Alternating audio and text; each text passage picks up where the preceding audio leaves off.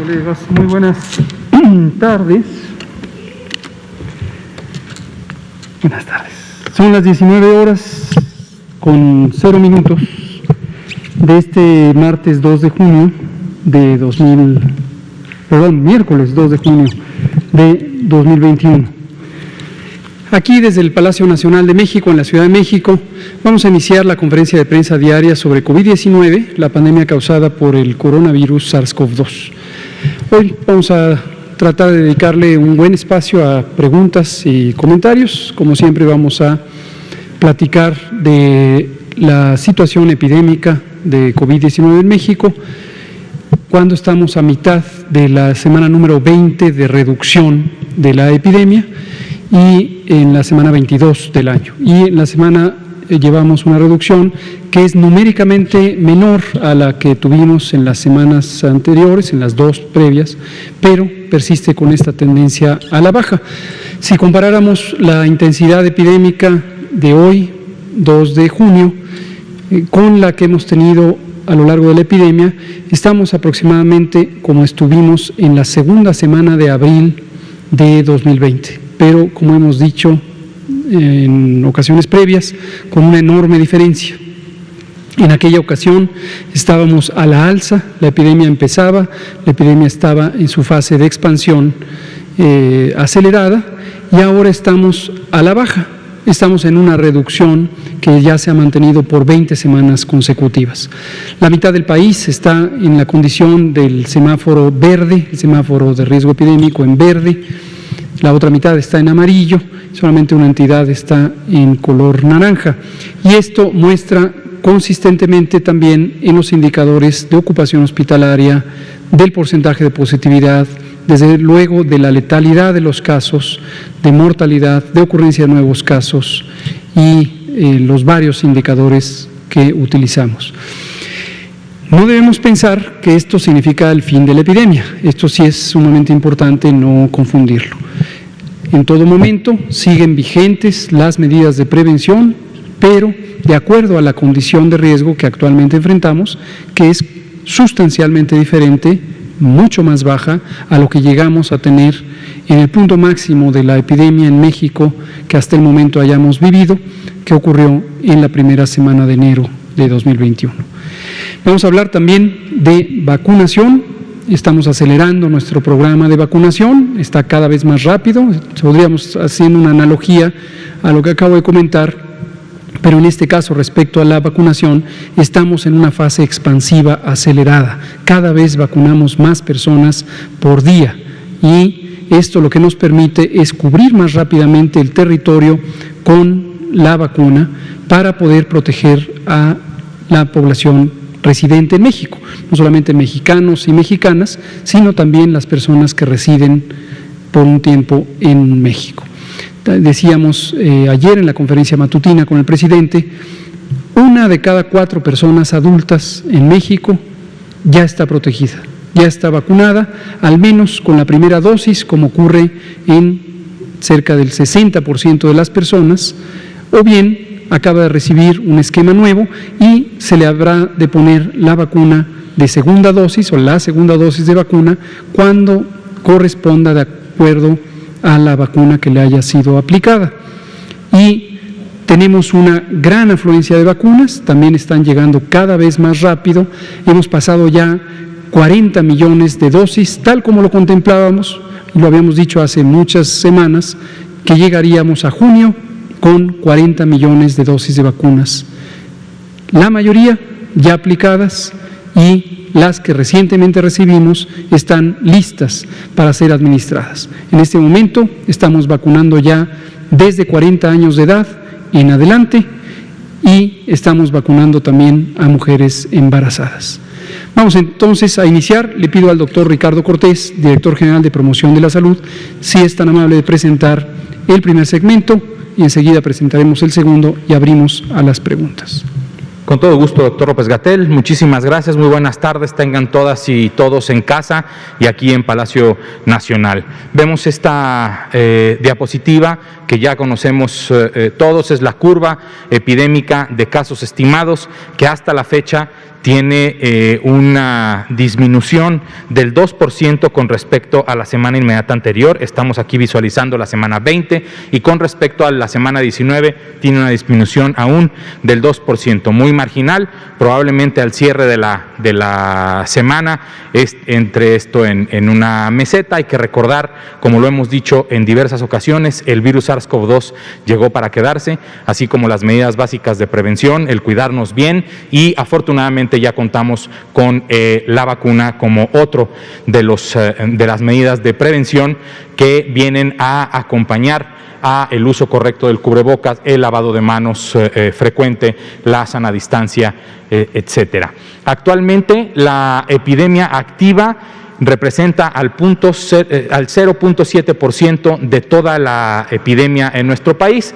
Esto lo que representa son 19.224 personas que al momento tienen una infección activa por el virus SARS-CoV-2, que han necesitado de acudir a los servicios de salud y que tienen un contacto con el Sistema Nacional de Vigilancia Epidemiológica. 2.6 millones de casos estimados, 1.9 millones de personas que se estima han recuperado su salud, de todas las que han tenido un contacto con el Sistema Nacional de Vigilancia Epidemiológica, y actualmente se contabilizan 228.146 personas que desafortunadamente han perdido la vida y que cuentan con una prueba positiva al virus SARS-CoV-2 o con una dictaminación positiva a una defunción ocasionada por el virus SARS-CoV-2. Sobre las curvas epidémicas o la curva epidémica de hospitalizaciones, actualmente tenemos una reducción del 87% con respecto al pico máximo de la segunda ola epidémica, ola 1, ola 2. De este momento, con respecto a lo que tenemos ahora, una disminución del 87%. Esto se observa en la ocupación de camas generales. Esto lo que representa es a las personas que tienen una infección respiratoria aguda grave, que no requieren de cuidados críticos, una ocupación hospitalaria del 13% a nivel nacional, distribuido en todo el país. Y sobre las camas con ventilador, estas camas que se utilizan para atender a personas con infección respiratoria aguda grave, pero que sí requieren de cuidados críticos, que requieren de un respirador mecánico, un 14% de las camas que tenemos en disponibilidad en la red IRAC están ocupadas al momento. Esto, con respecto al día de ayer, representa un incremento de 1 punto porcentual. Muchísimas gracias. Gracias, doctor Ricardo Cortés. Hablemos de vacunas contra el COVID, Programa Nacional de Vacunación contra el virus SARS-CoV-2. Nueva marca, nuevo máximo de aplicación de vacunas en un día. Anteriormente habíamos llegado a un poco más de 785,000 vacunas aplicadas en un día. Ayer llegamos a 816,380. Estamos vacunando cada vez más rápido. Por cierto, hay un diario nacional, el 1+1, que puso una nota, me parece bastante clara, sobre cómo está operando el programa de vacunación. Solo hacemos una precisión, puso ahí sobre nuestra meta de vacunación como si se tratara de dosis por semana. No es por semana, es por día. Aquí estamos hablando de 816,380 en un solo día. Y estamos empujando las cosas para lograr llegar al 1,000,000 de dosis en un solo día. Por semana, ya desde hace varias semanas, estamos teniendo arriba de 2 millones de dosis de vacunas. La semana inmediata previa, 3,450,000 dosis por semana. En un solo día, 816,380.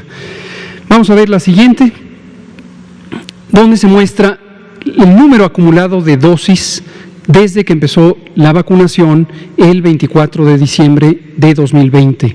Empezamos aquí, vamos a hacer una reconstrucción, ahorita que tenemos algunos minutos adicionales.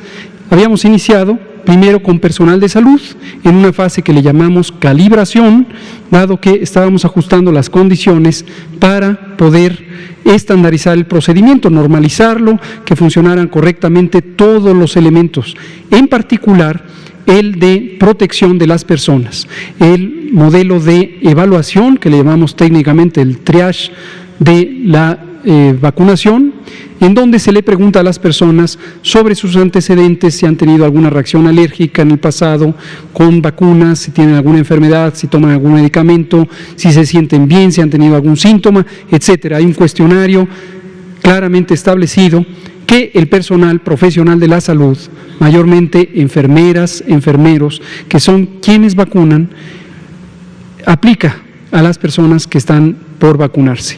Después pasan al proceso mismo de vacunación, que es considerablemente rápido, y enseguida un periodo de observación por varios minutos. Y esto lo que nos permite es que las personas transiten de una manera eficiente durante la vacunación, pero que estén todo momento bajo vigilancia de su estado de salud. Entonces, todo eso lo calibramos. Posteriormente, a mitad de enero, empezamos con esta fase de expansión, y lo que se puede ver es que la inclinación de esta línea cada vez es mayor, cada vez está más hacia arriba, lo que quiere decir que el programa es cada vez más eficiente, más veloz, y que estamos cubriendo la protección de las personas cada vez más rápido. Y ayer sumamos 31.811.931 dosis aplicadas. La siguiente, por favor. Esto corresponde a 22.633.460 personas, que representan 25%, la cuarta parte de la población de adultos mayores. Por eso decíamos, 1 de cada 4 personas adultas en México ya está protegida, ya tiene al menos la primera dosis. 57% el esquema completo, ya sea que recibieron la vacuna CanSino, que solo requiere una aplicación, o las 2 dosis de cualquiera de las otras 4. Y 43% son esquemas nuevos. Estos también, este porcentaje aumenta en la medida en que estamos vacunando más personas por día, porque ingresan nuevas personas al esquema de vacunación, a la protección, y tenemos 9.714.005 que tienen ya la primera dosis, lo cual brinda aproximadamente 80% de la protección. 80% ya se logra con la primera dosis. Posteriormente, la segunda dosis aumenta hasta el nivel máximo de protección que brinda cada una de estas vacunas, que está en general alrededor de 90%, y además permite que la duración de la protección sea potencialmente más prolongada. 12 millones, casi 13 millones, 12.915.455 personas tienen ya el esquema completo. La siguiente, por favor. Hoy recibimos el segundo embarque semanal de la vacuna Pfizer-BioNTech. Ayer fueron 288.000 dosis. Hoy son 585.000 dosis. El doctor Pedro Centeno estuvo puntual ahí para recibirlas y que sean transportadas a los puntos primarios de resguardo, para que enseguida, mañana por la mañana, algunas hoy mismo se fueron ya a los sitios donde van a ser aplicadas. Y recuerden que desde hace aproximadamente 2 semanas y media tomamos la decisión de ampliar el esquema o el proceso de vacunación mediante el uso de macrocentros, en algunos casos megacentros, y también hacer ajustes a la programación para que con una anticipación de al menos 2 semanas ya ubiquemos cuáles son los municipios que continuarán con el proceso de vacunación. Asimismo, tenemos otros mecanismos para hacer más rápido esto. Estamos privilegiando las rutas aéreas, como lo ha presentado el general secretario de la Defensa Nacional. Y también tenemos un proceso más eficiente en cada una de las células de vacunación. Cada célula de vacunación es el conjunto de personas que están en el operativo. Al menos 2 de ellas son quienes vacunan, pero también hay quien prepara la vacuna, quien vigila a la persona, quien toma los datos, quien les acompaña al punto de observación, y desde luego quienes conducen la observación. También las personas profesionales de la salud médicas, médicos, enfermeras y enfermeros especialistas que son quienes están en el carro de rojo, en el carro de respuesta, por si se presentara una situación grave, poder responder inmediatamente. Cada una de estas células lo que está logrando es vacunar de 150 a 230 personas por hora. Y en los macrocentros tenemos múltiples células, en algunos casos tenemos 20, estamos llegando ya a más de 40 células por centro en los macrocentros. Todo esto fue parte de los ajustes que hicimos con el propósito de lograr al menos 500,000 dosis por día, pero ahorita ya nos fuimos a más de 800,000 dosis por día. Y vamos por el 1,000,000 para lograr avanzar lo más pronto posible con el objetivo de que antes de que llegue el otoño tengamos vacunado a el total de la población adulta de México. La siguiente, por favor. 40,762,665 son las dosis de vacuna contra el COVID-19 que han llegado a México desde que inició el programa de vacunación. Esta es la cifra actualizada ya con el embarque de 585,000 dosis de esta mañana. Mañana aumentará 585,000 dosis por la mañana y también 1,000,000 de dosis de la vacuna Sinovac, como lo veremos en el calendario semanal.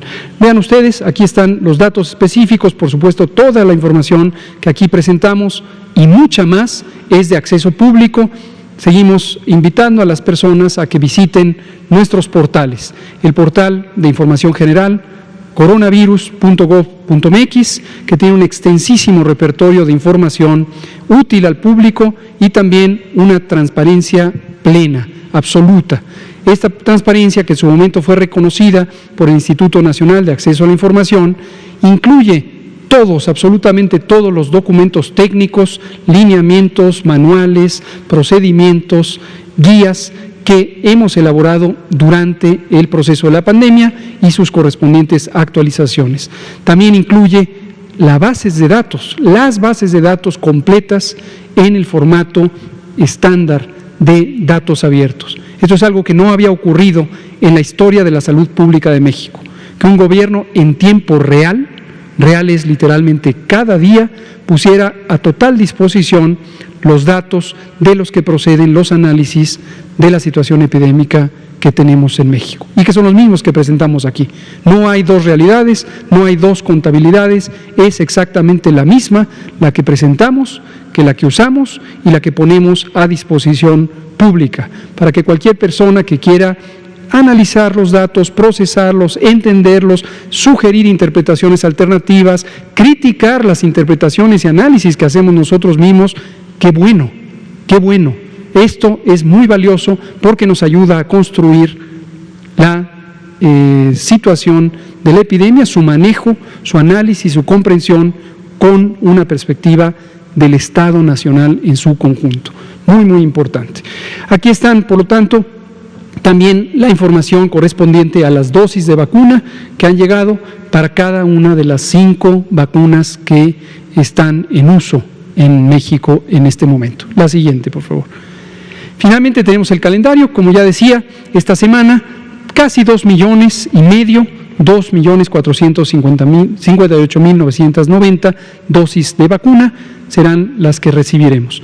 Aquí ya recibimos estas, 288,990, 585,000 hoy, mañana 585,000 de Pfizer-BioNTech para un total de 1,458,990, prácticamente 1,5 millones, y 1,000,000 adicional de la vacuna Sinovac. Las vacunas que se envasan en México, que son hasta el momento CanSino y ya liberada por primera vez desde ayer los lotes de la vacuna AstraZeneca que producen en Argentina y que se envasan en México en la planta de Leomont. También ya liberados desde ayer, como lo hemos venido anunciando, y se estarán liberando consecutivamente los diferentes lotes. No lo pusimos aquí de manera específica porque estamos esperando a tener la precisión de las fechas de entrega oficiales y en su momento lo incorporaremos. La siguiente, esta creo que es la última, quizá hay el recordatorio. Perfecto. Muy bien, pues esta es la situación y vamos a abrir a preguntas y comentarios cuando son las 18:20. Juan Hernández, periódico Hasta, Grupo Cantón, Daniela Pastrana, Janet, nos vamos con todos ustedes. Rápidamente, nos vamos cortitos. Juan Hernández, de la Basta, del Grupo Cantón. El día de ayer que hablaron precisamente sobre disparo de las defunciones por COVID-19, incluso el doctor Alomía lo había advertido, que algunos medios lo van a agarrar precisamente como que en un día se registraron 4,000 muertes, pero no les ha quedado claro precisamente a qué se debió precisamente este incremento. Por favor, si nos podría explicar nuevamente por qué se dio precisamente este incremento de 4,000 en el registro de defunciones por COVID, y sobre todo que le quede claro a la población de que no se estuvieron maquillando las cifras ni se estuvo ocultando información como aseveraron algunos medios. Gracias. Con mucho gusto, Juan. Es algo que hemos explicado desde el inicio de la epidemia, es más, diría desde el inicio del sexenio. Es algo que yo mismo he explicado en la vigilancia de cualquier otra enfermedad. Los registros los fuimos poniendo en tiempo real. Recordarán que nosotros siempre trabajamos sobre la base de los casos estimados y por supuesto también en su momento las defunciones estimadas, lo que nos permite una señal inmediata, directa, tiempo real de lo que está ocurriendo. Otros elementos son los casos sospechosos. Una nota técnica breve para quien ya no recuerde esto que comentamos muchas veces durante 2020. Cuando existe una enfermedad en la población, una enfermedad de interés epidémico que se registra, se notifica, se registra, se analiza, el proceso de confirmación a veces lleva varias horas o varios días, depende de la enfermedad de la que se trate. ¿En qué consiste el proceso de confirmación? A veces depende de pruebas de laboratorio y a veces depende cuando no se hicieron en su momento las pruebas de laboratorio por una razón clínica, es decir, una decisión o situación que se presentó en la atención de las personas. Entonces, hay mecanismos complementarios para rescatar la información y uno de ellos muy importante es la dictaminación médica. Una persona que tiene los síntomas de COVID y que tiene una condición médica ya en su tratamiento compatible con COVID, nosotros la hemos considerado como COVID desde el inicio, porque es importante tener la información y actuar en respuesta a ello. Entonces, más vale errar en el lado de la sospecha y decir es COVID hasta que no se demuestre lo contrario. En su momento, para propósitos formales estadísticos, se requiere un proceso de dictaminación. Y en cada comunidad, en cada jurisdicción sanitaria, existe un proceso de análisis de los expedientes médicos. Estos análisis también se hacen a nivel estatal y finalmente se integran a nivel federal, a nivel nacional.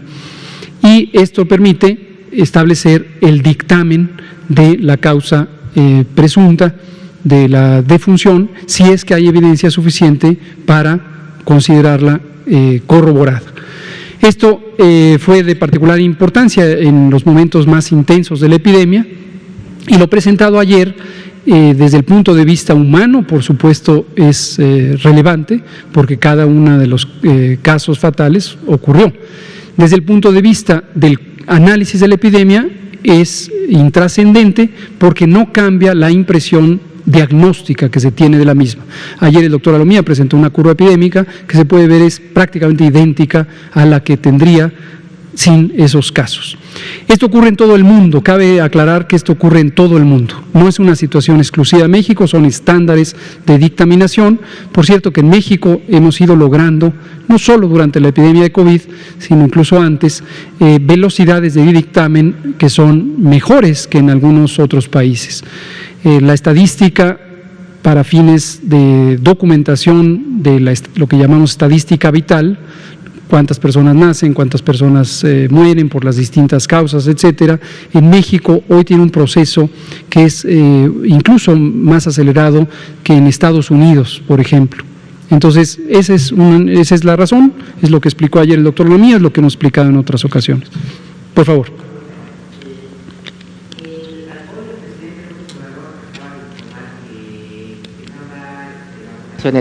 Que no habrá vacunación el día domingo. Es correcto.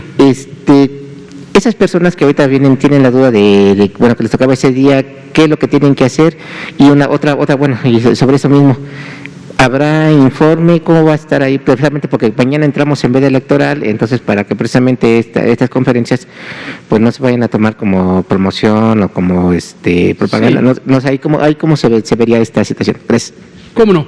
Los temas de salud no están sujetos a ninguna restricción en términos del proceso electoral, en términos de la ley electoral, ni salud, ni protección civil, ni educación. ¿Por qué? Porque son actividades que deben, por el interés superior de la nación, mantenerse activas. Por supuesto, tenemos muy claro cuál es el espíritu de la ley electoral y cuál es la importancia de no contribuir con el ruido de información que pudiera sesgar la opinión de las ciudadanas y ciudadanos respecto a sus preferencias electorales. Por eso es que nos hemos abstenido en todo momento de que la información, incluso la de la salud, pudiera tener una interpretación, aún sea involuntaria, con respecto a estas preferencias.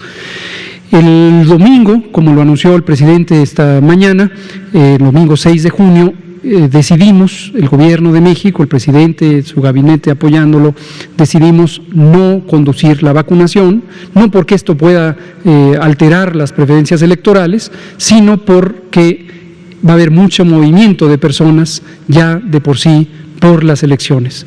Y consideramos que si adicionamos a esto un operativo masivo, un operativo enorme de vacunación, que seguramente estaremos ya en esos momentos muy cerca o ya en el 1.000.000 de dosis por día, podríamos dificultar una y otra cosa.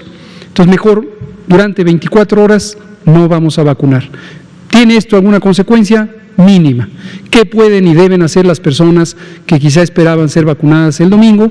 Esperar al lunes. ¿Y qué pueden y deben hacer todas las personas? Acudir a votar. No nos corresponde a nosotros estar promoviendo el voto, pero aprovechamos ya que hay una pregunta, sumándonos a lo que la sociedad entera y desde luego el Gobierno de México decimos, es muy importante votar. Votar es un derecho en México y el derecho hay que ejercerlo. La mejor manera de que los derechos se cumplan es ejerciéndolos, cuando en este caso dependen de la decisión de cada ciudadana y ciudadano. Entonces, la vacunación será suspendida solo durante el domingo 6 de junio para facilitar el proceso electoral.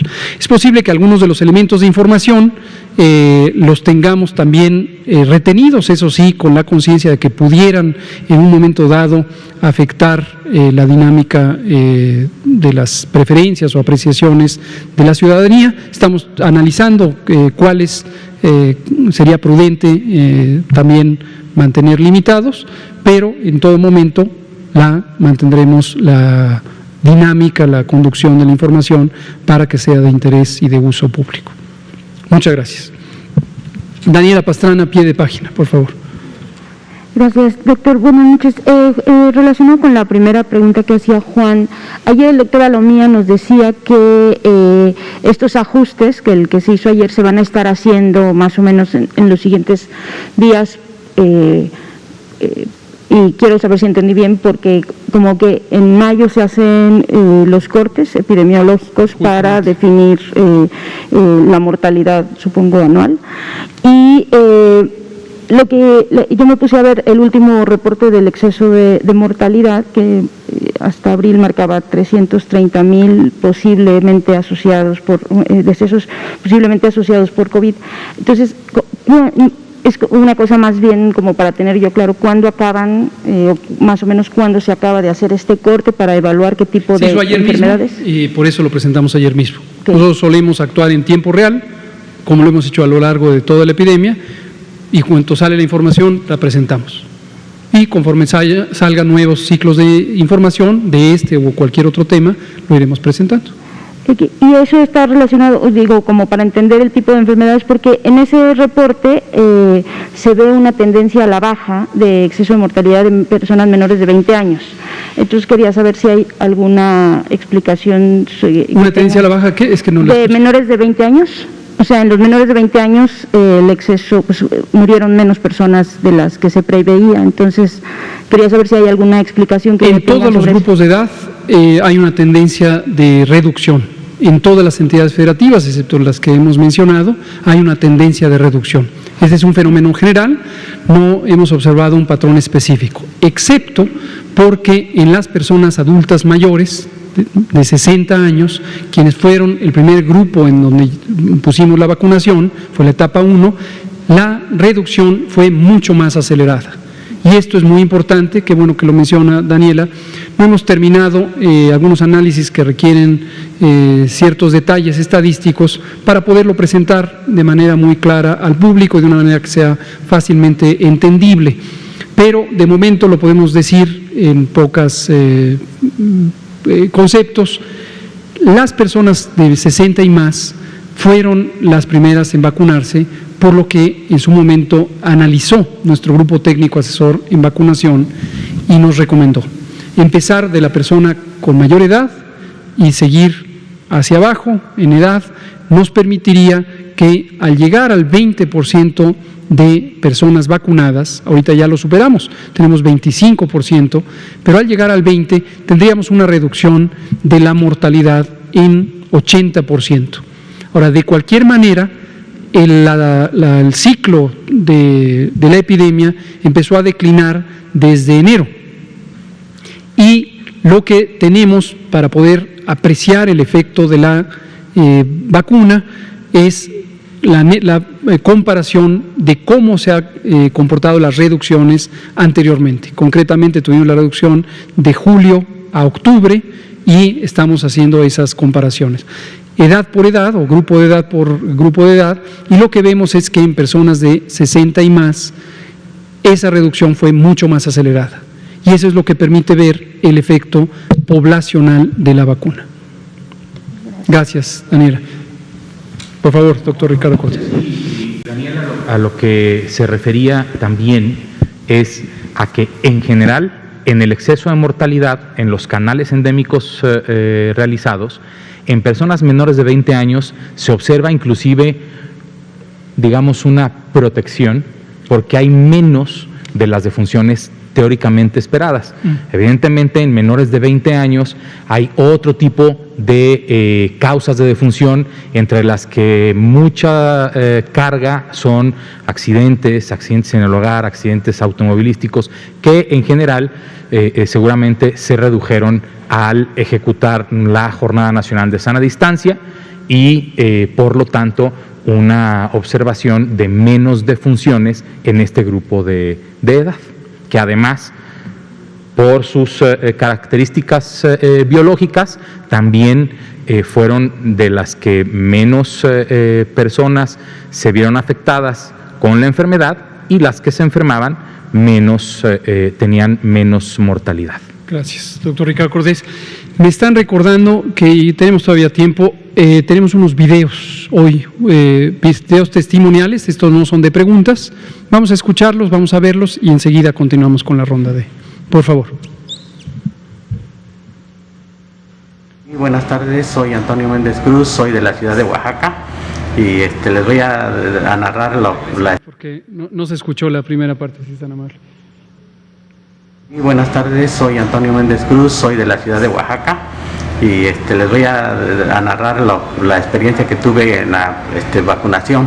En la primera dosis que me tocó fue en el mes de junio, el 24 de abril, perdón, y me aplicaron la primera dosis, siempre con pues los nervios, ¿no?, de cómo iba a reaccionar la vacuna, pero afortunadamente ya no tuve ninguna reacción y me llamaron el día 1 de mayo para aplicarme la segunda dosis.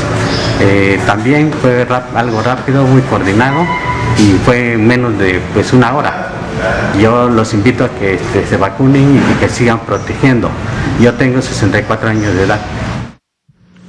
Muchas gracias, don Antonio Méndez Cruz, por su testimonio. La siguiente, por favor.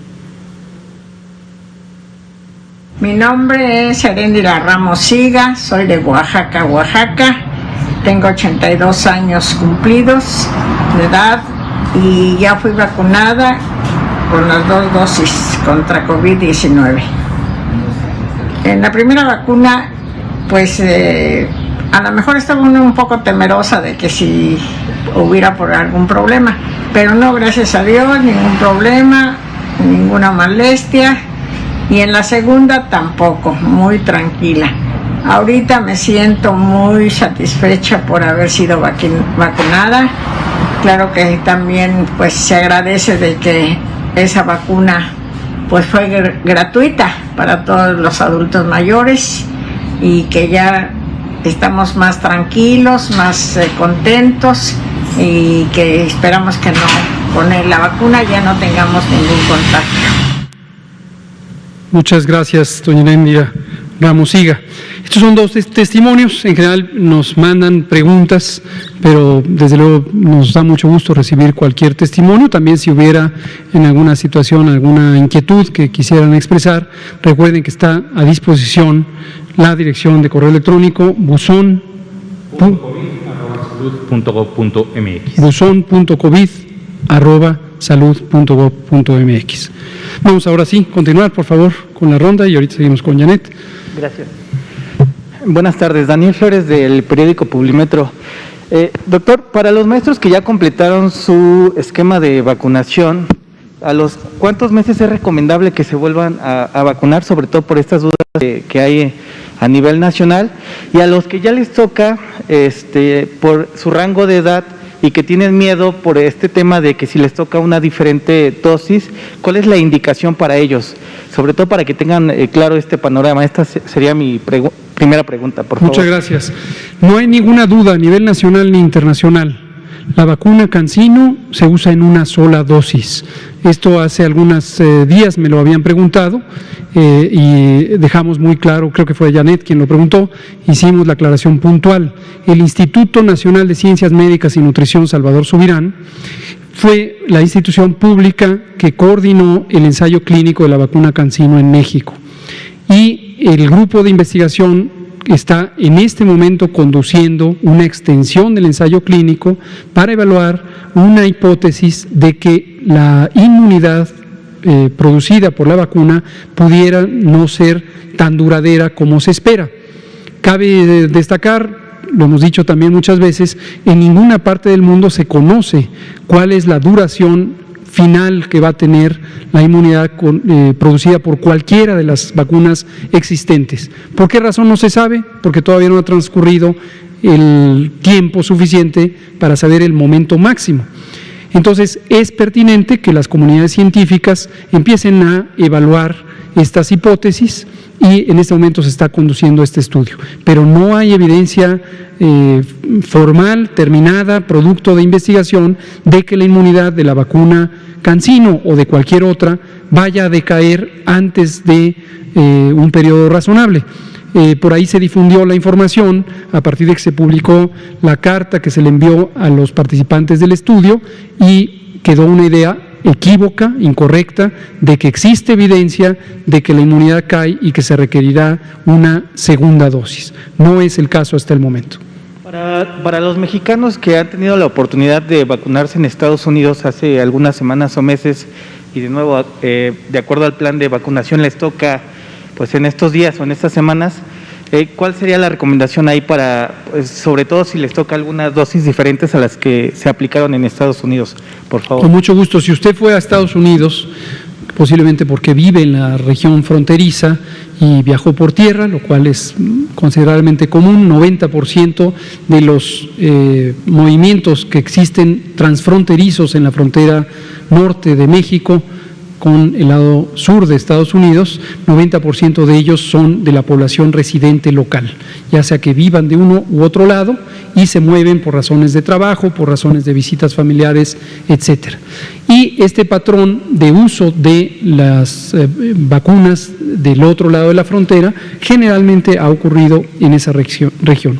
Por supuesto, algunas personas que viven en zonas urbanas de distintas ciudades del país y que tienen suficientes recursos económicos y que han preferido no esperar, sino irse a Estados Unidos a vacunar, también pudieron haber hecho esto.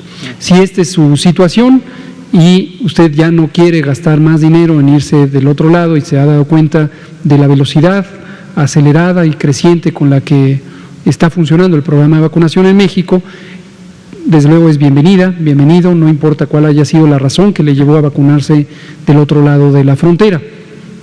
Y aquí se le puede vacunar. Si usted tiene claridad de cuál fue la vacuna que se le puso para los esquemas de doble dosis, por ejemplo, la vacuna Pfizer la está usando Estados Unidos, la estamos usando en México, es exactamente la misma vacuna. De hecho, la que recibimos en México se fabrica en la planta de Estados Unidos.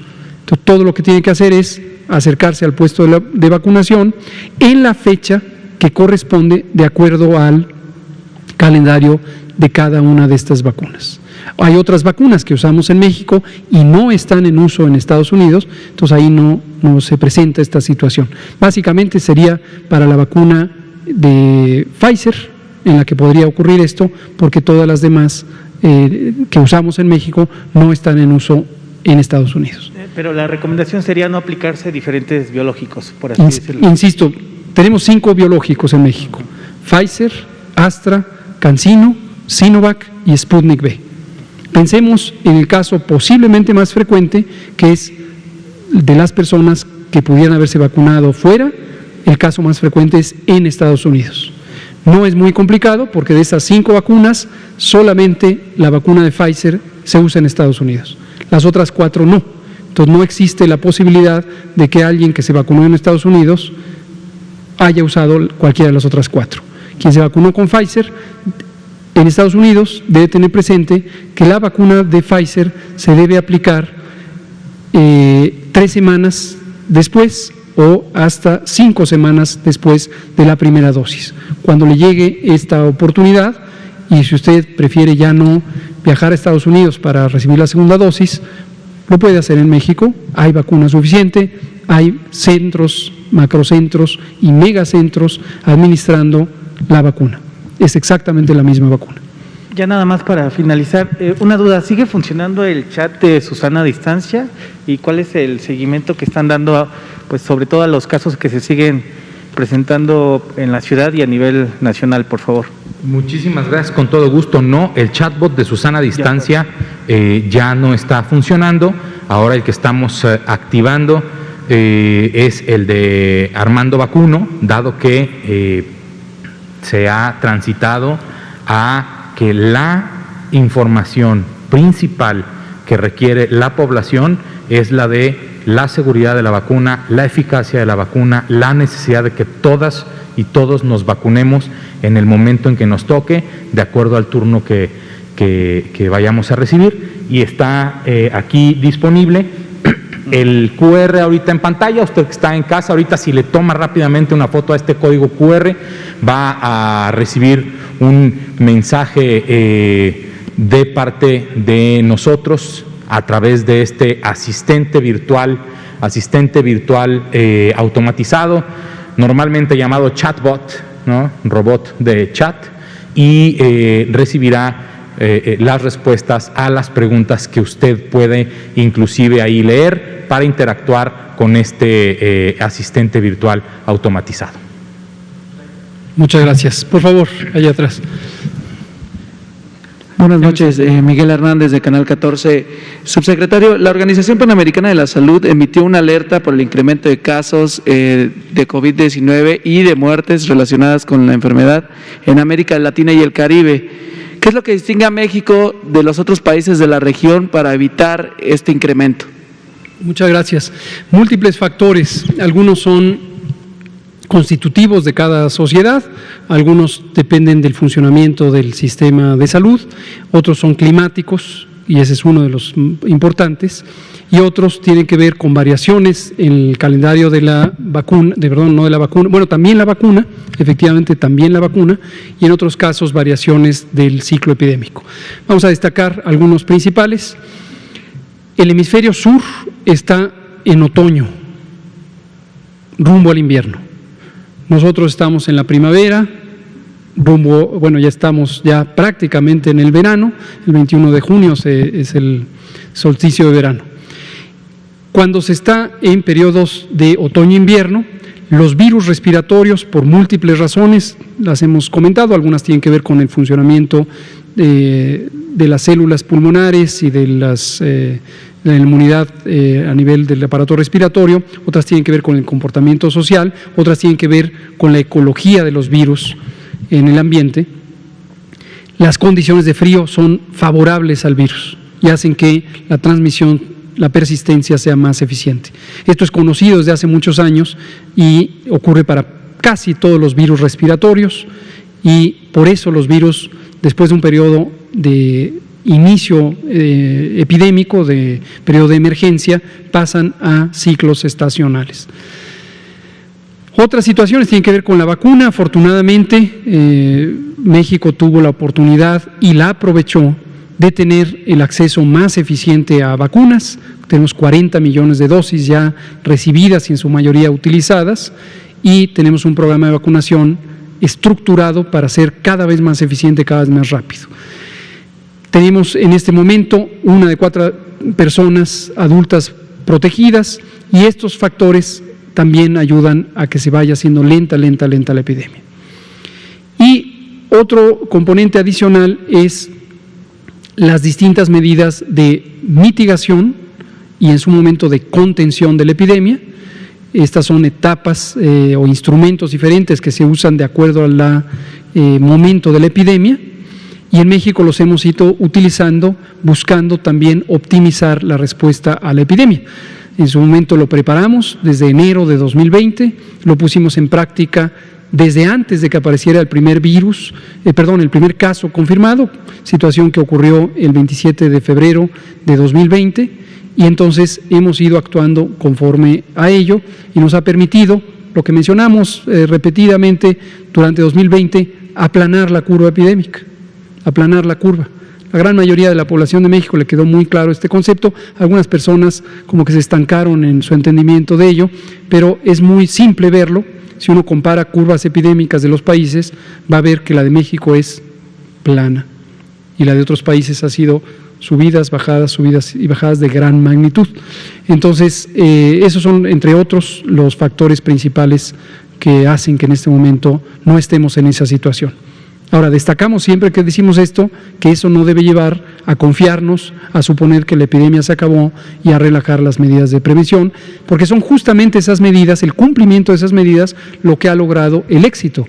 Aquí aprovecho, cuando tenemos esta pregunta, siempre hay que aprovecharla para agradecerle al pueblo de México, como ha señalado el propio presidente, el éxito es del pueblo de México. Las medidas se diseñan científicamente, técnicamente, se ponen a disposición, se sirven para orientar también a las autoridades sanitarias estatales, pero a fin del día la población es la que ejerce las medidas. Y otra pregunta antes de... en Japón y en Francia se ha aprobado la vacunación para menores de edad de 18 a 15 años, en Francia de 18 a 12 años y en Japón de 15 a 12 años. ¿México seguiría sus pasos? No es seguir los pasos de alguien en particular. Lo dijimos desde que presentamos el 8 de diciembre de 2020 el programa de vacunación. Es un programa de cobertura universal. Todas las personas, pretendemos vacunar a todas las personas. En ese momento, 8 de diciembre del año pasado, no existía en el mundo entero evidencia científica que mostrara la seguridad y eficacia de las vacunas disponibles en personas menores de edad. Por razones éticas de investigación en salud muy establecidas desde hace muchos años, no se incluye a poblaciones juveniles e infantiles en los ensayos clínicos iniciales. Se les incluye en segundas o terceras o cuartas rondas de investigación. Y varias de las vacunas ya han logrado esta evidencia, en particular la de Pfizer, y conforme Pfizer lo logró, fue presentando su expediente a las distintas autoridades sanitarias del mundo, hasta ahorita en Estados Unidos y en Europa. Y cuando se presente por parte de Pfizer esto a México, lo analizaremos y seguramente si es convincente, lo cual es probable, entonces también incorporaremos esta vacunación a las personas menores de edad. Muchas gracias. Janet Galindo. por favor, Mundo Farma.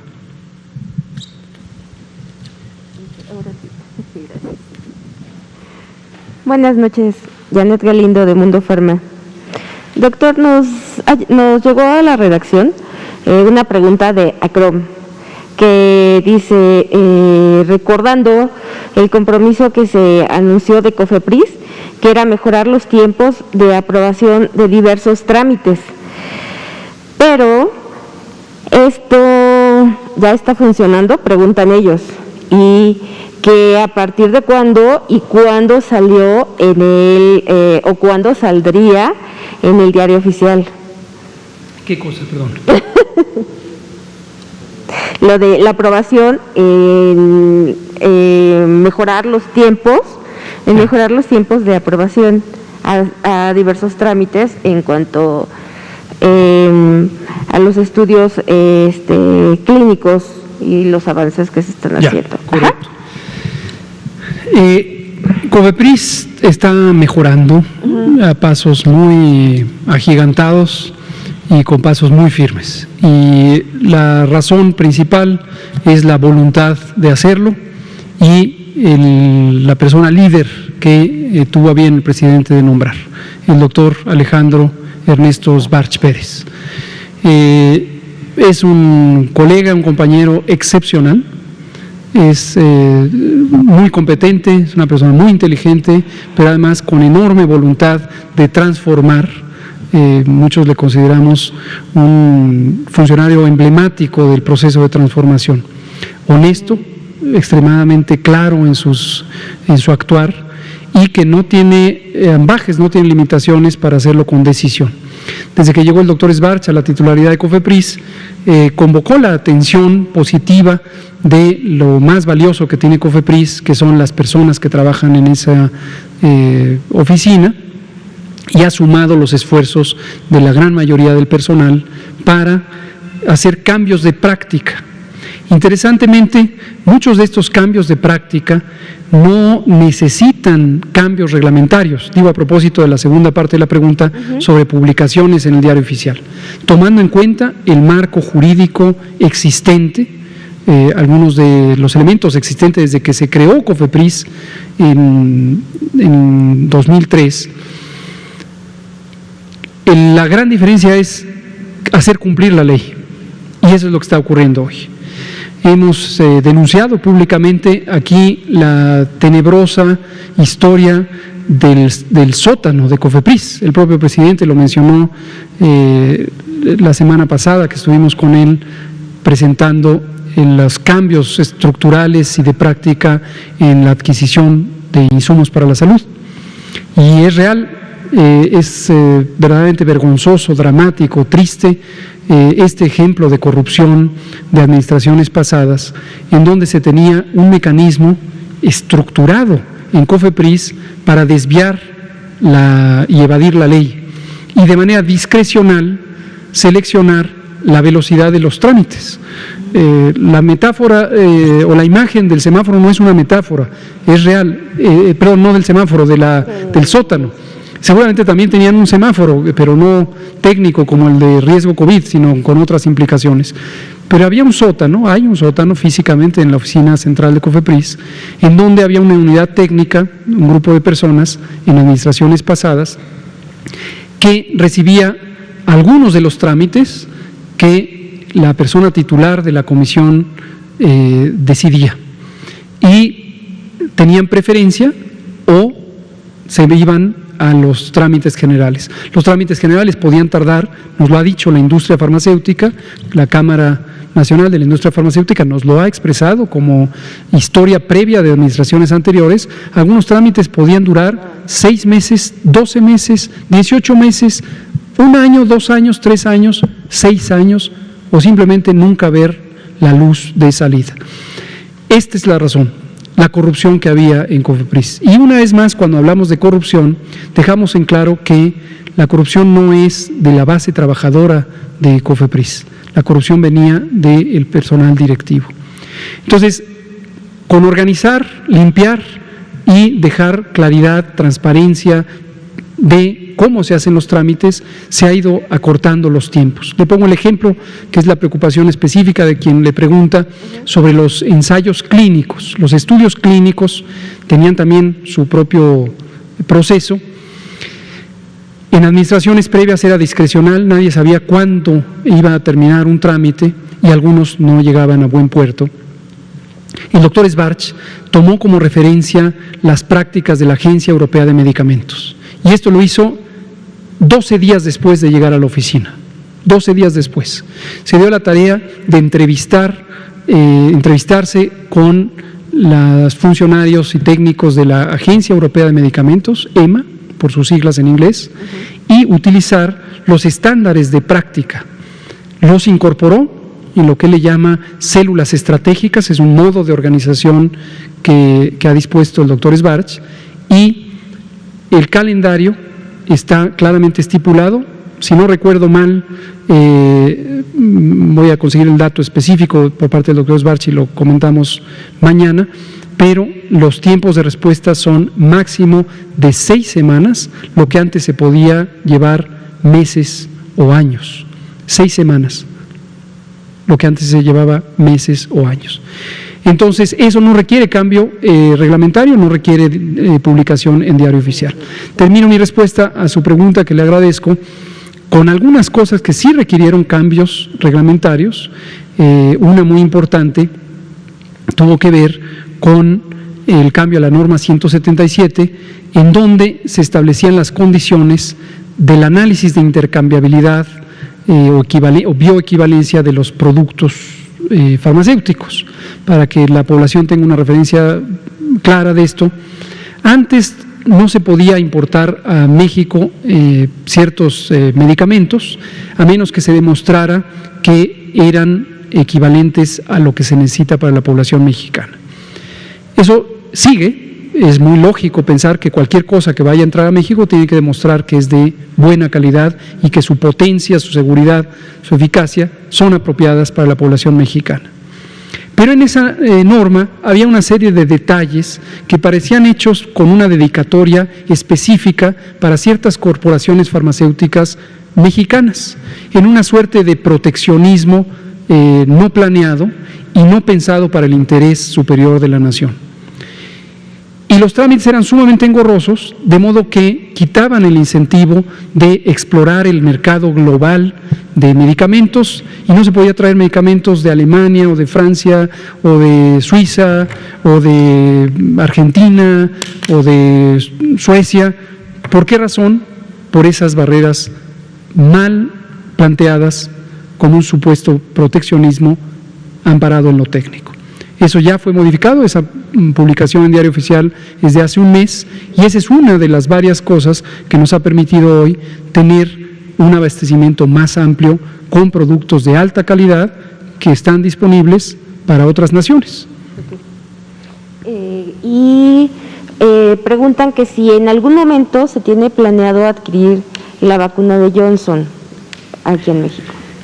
Tenemos ya la autorización de uso de emergencia que comentábamos la semana pasada, y con Johnson & Johnson, cuya representación en México se llama Janssen Cilag, hemos tenido muchas conversaciones desde que inició su proceso. Parte del ensayo clínico fase 3 se hizo en México y nos han planteado con total transparencia su portafolio técnico. Y en un momento dado, si tuviéramos necesidades adicionales de vacuna, podríamos considerar esta o cualquier otra vacuna que demuestre calidad, eficacia y seguridad. Igual se tendría que hacer lo mismo, todas las pruebas a través de COFEPRIS y todas las demás instancias. Todos los productos siguen las mismas reglas. Okay. Seguro, con mucho gusto. Demián Duarte, nos queda muy poquito tiempo, pero tratemos de optimizarlo. Sí, buenas tardes, doctores López-Gatell y Ricardo Cortés. Un gusto en saludarlos. Una pregunta, Demián Duarte del canal Sonora Power de YouTube.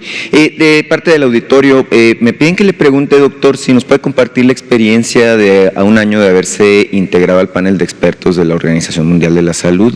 Bueno, es un tema que les llama la atención para saber qué aprendizaje nos ha traído a México. Y otra más, bueno, usted habló hace un momento de la velocidad con la que avanza avanza el programa de vacunación, las más de 40 dosis que bueno ya han llegado, la cobertura que se ha alcanzado pues a una cuarta parte de la población adulta. Al parecer esta situación pues les quitó el tema, ¿no? A los medios amarillistas y a algunos políticos irresponsables, ¿no? Que han hablado negativamente de esta cuestión. La pregunta en particular es, bueno, ¿qué clase de expectativas se puede tener al respecto del avance en este sentido y la interacción que podamos tener los ciudadanos al respecto? Gracias. Muchas gracias. La expectativa es que la vacunación sea cada vez más rápida, más eficientes las unidades de vacunación, por lo tanto una mayor cobertura de la protección que brindan estas vacunas, todas ellas de calidad, seguras y eficaces, a las personas que residen en México, mayormente mexicanas y mexicanos, y algunas personas que son residentes temporales o permanentes que tienen otras nacionalidades. En México, con este programa, además, estamos ejerciendo los principios básicos del derecho a la protección de la salud, consagrado en el artículo 4 de la Constitución, la Ley General de Salud y varias otras disposiciones legales. Es decir, para nosotros ha sido fundamental que el derecho a la protección de la salud, yo diría en general, los derechos sean reales, no sean de papel, no estén escritos. Entonces, la expectativa que se puede tener es la expectativa que se tiene a la vista, que puede ser demostrada, que está sujeta al escrutinio permanente. Aquí no ocultamos nada. Ha habido oportunidad amplia para observar, para criticar, para opinar. Bienvenida sea la crítica y seguiremos abiertos a presentar la evidencia y que cualquiera pueda juzgarla. En los siguientes semanas y meses estaremos avanzando y nuestra meta es lograr continuar con las fechas planteadas desde el inicio, desde el 8 de diciembre del año pasado, para lograr que terminemos el verano con la población adulta ya vacunada y entonces estemos mejor preparados por si acaso en estos ciclos estacionales que tienen las enfermedades respiratorias tuviéramos la posibilidad o el riesgo de un repunte.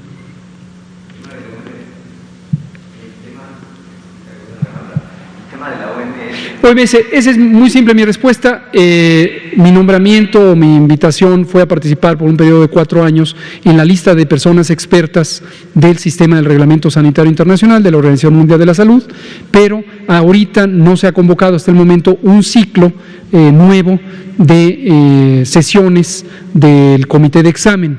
Las personas que ya habían sido designadas el año previo a la pandemia son las que están participando en el proceso. Hasta el momento los nuevos invitados no hemos sido convocados y por supuesto estamos a plena disposición. Muchas gracias, pues aquí terminamos, son las 20:02. Recordamos a la población 20 semanas en curso, la número 20 de reducción de la epidemia, prácticamente todo el territorio en reducción. Algunas entidades federativas están al alza, ya lo hemos dicho, Quintana Roo, Colima en particular nos preocupan y hay que tener conciencia de que la epidemia no se ha acabado, a pesar de que tenemos un motivo de celebración, de satisfacción al ver la epidemia declinar por 20 semanas. La protección que brinda la vacuna contra el virus SARS-CoV-2, se seguirá brindando a través del único programa que existe en México, que es un programa nacional, gratuito, universal, que seguirá coordinando y ejecutando el Gobierno de México. Muchas gracias.